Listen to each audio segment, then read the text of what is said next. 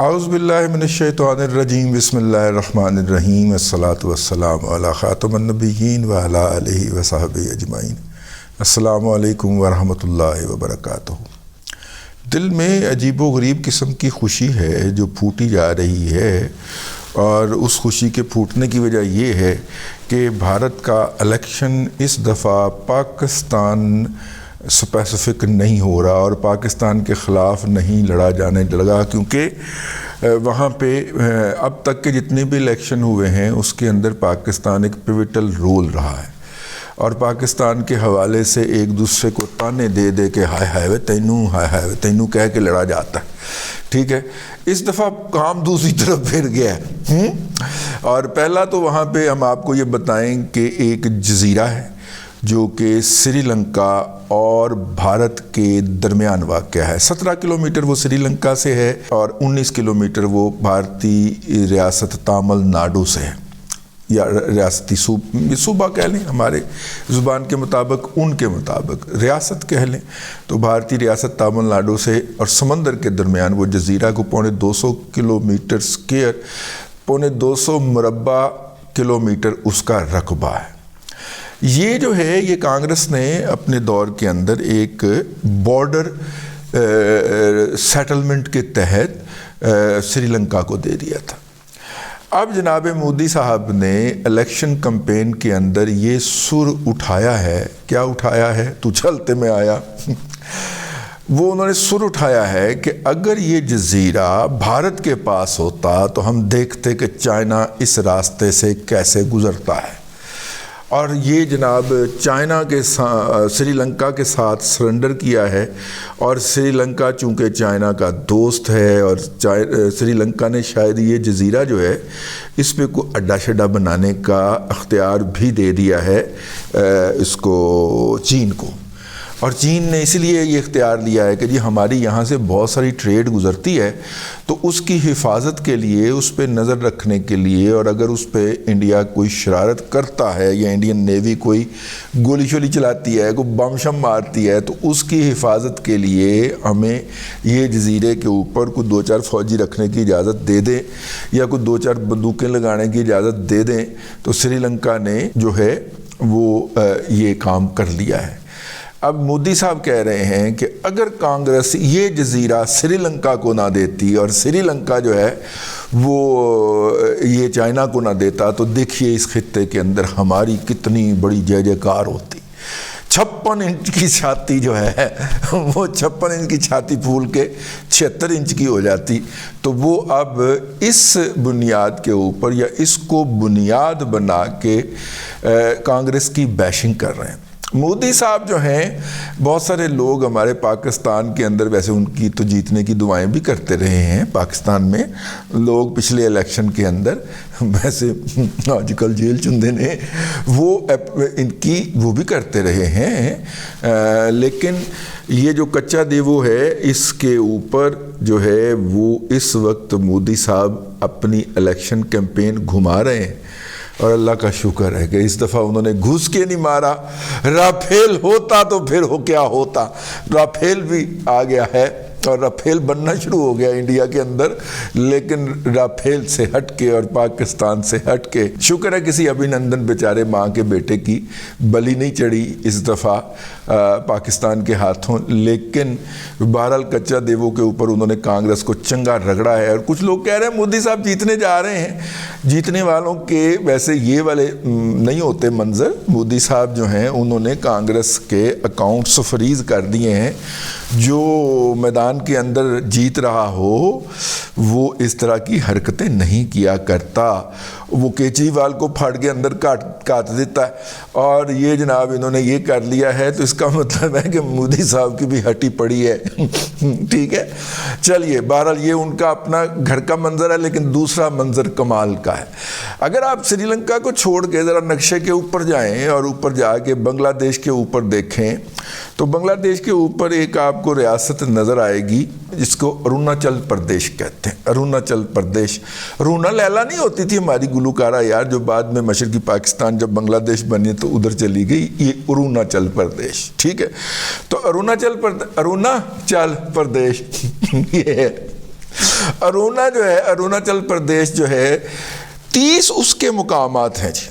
اور ان 30 جگہوں کے نام جو ہیں وہ آج جو وزارت داخلہ کہہ لیں چین کی، اس نے ان کی جھیلوں کے، پہاڑیوں کے، علاقوں کے نام جو ہے وہ چینی زبان کے اندر جاری کر دیے ہیں، اور ساتھ میں یہ کہا ہے کہ یہ علاقہ جو ہے پورا اروناچل پردیش کا علاقہ، یعنی کہ یہ پٹی اگر آپ دیکھیے تو وہ بنتی ہے کہ ادھر سے بھوٹان، اور بھوٹان کے ساتھ پوری پٹی جو کہ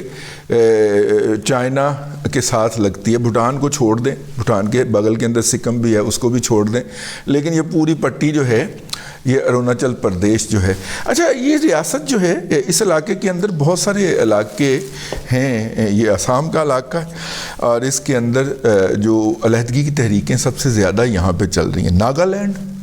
جو ہے الگ ریاست، الگ ملک بنانے کے لیے وہاں پہ مسلح جدوجہد چل رہی ہے۔ میزورام ہے، پھر ٹھیک ہے، پھر منی پور ہے، پھر تریپورہ ہے۔ ان کی تحریکیں انٹرنیشنلی ریکگنائزڈ مزاحمت کی تحریکیں ہیں، جو بھارتی یا دلی کے استبداد کے خلاف وہاں کے لوگ مسلح مزاحمت کر رہے ہیں۔ اچھا، یہاں پہ کچھ پرامن علاقے بھی ہیں، جیسے آسام تو خیر وہ پورا علاقہ ہے، گوہاٹی ہے، وہاں پہ اسے انہوں نے بہت بڑا اس کا ٹورزم کا مرکز بنایا ہوا ہے، لیکن یہ جو 4 تحریکیں وہاں پہ اس وقت صرف اسی علاقے کے اندر چلتی ہوئی پائی جا رہی ہیں۔ ایک تو بنگلہ دیش کی بغل میں بھی ہے۔ تو یہ جی یہ وہ علاقہ، اس کے اوپر یہ اروناچل پردیش کا علاقہ ہے۔ اروناچل پردیش کے بارے میں چین نے پوچھا ہے کہ لہو پائن ہیموں چوں کدوں دینا ہے، ایسا علاقہ ہے، ٹھیک ہے۔ یہ چین کی ریاست تبت کے ساتھ ملحقہ علاقہ ہے، اور چین کا یہ کہنا ہے کہ جناب آپ نے یہ دور دراز علاقہ دیکھ کے اس پہ قبضہ کر لیا، نکلو ایتھوں، کدوں نکلنا جی۔ اور انہوں نے باقاعدہ اس کے جگہوں کے نام جو ہیں وہ بھی چینی کے اندر جاری کر دیے ہیں، اور اس کا نام انہوں نے رکھا ہے زنگنان، زنگنان اس کا نام رکھا ہے کہ یہ ہمارا جی چین کا زنگنان جو ہے یہ علاقہ ہے، یعنی کہ تبت اور زنگنان جو ہیں یہ کمبھ کے میلے میں بچھڑے ہوئے بھائی ہیں۔ تو اب چونکہ آپس میں مل گئے، ہمیں پتہ چل گیا کہ یہ جناب کمبھ کے میلے میں بچھڑے تھے دونوں بھائی، تو اس لیے تبت کو یہ زنگنان کا علاقہ واپس کریں۔ یہ بھارت نے ناجائز طور پہ اس کے اوپر قبضہ کر لیا، میں نے تو یہ فوجی بھی کھڑا نہیں کیا تھا، لیکن یہ جناب انڈیا نے اس کے اوپر قبضہ کر دیا، یہ والا یہ کر دیا ہے۔ یہ دونوں جو ہیں، پہلا جو سیٹ بیک ہے وہ مودی صاحب امپلیمنٹ کرنے کی کوشش کر رہے ہیں کانگریس کے اوپر، اور کانگریس جو ہے وہ اپنی جیبیں پھرولتی پائی جا رہی ہے، کیونکہ اس کے سارے اکاؤنٹ فریز ہو چکے ہیں اور وہ الیکشن کیمپین کو فائنانس نہیں کر پا رہی۔ اور دوسری طرف مودی صاحب کو جو چپیڑ پڑی ہے وہ جناب اروناچل پردیش کی ڈال دی گئی ہے۔ تو اللہ کا شکر ہے، یہ گند، مودی کا گند، اور مودی اسی طرف ہی سمٹ رہے ہیں، یہ ہماری طرف نہیں آ رہے، ہم تو شکر کار۔ مزے کی بات ہے، کل ہم بیٹھے ہوئے تھے کچھ دوست،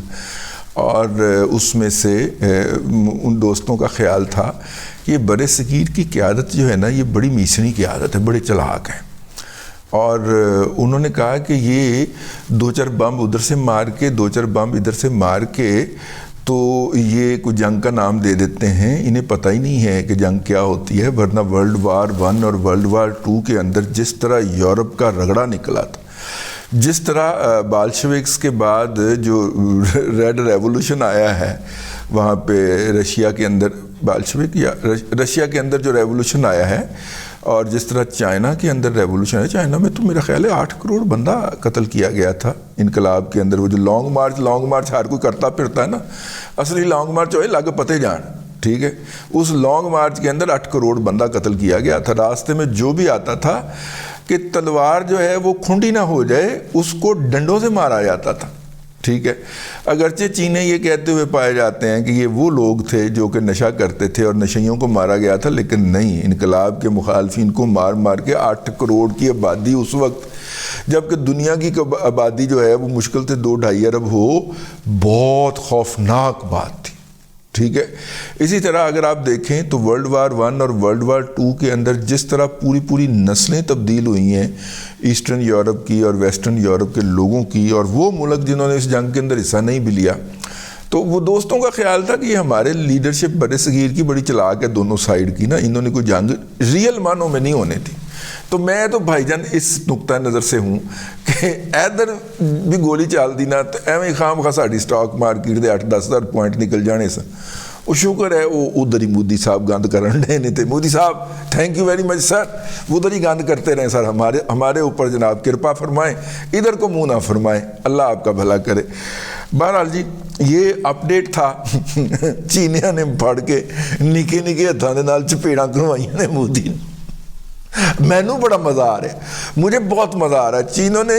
چھوٹے ہاتھوں سے نا ٹرل مودی صاحب کو چپیڑیں کرائی ہیں، اور مودی صاحب جو ہیں وہ 56 انچ کی چھاتی کے ساتھ جو ہے وہ ہا کرتے ہوئے پائے جا رہے ہیں. وہ تھوڑا سا جناب وہ کیا ہوتا ہے جی، وہ یوگا کیجئے مودی صاحب، لمبے سانس لیجئے، آپ کو چپیڑیں پڑ چکی ہیں. اب تک کے لیے اتنا ہی. اگلے ولاگ کے اندر پھر حاضری ہوتی ہے. اللہ تبارک و تعالیٰ آپ کو آسانیاں عطا کرے اور آسانیاں خلق خدا میں تقسیم کرنے کی توفیق عطا کرے.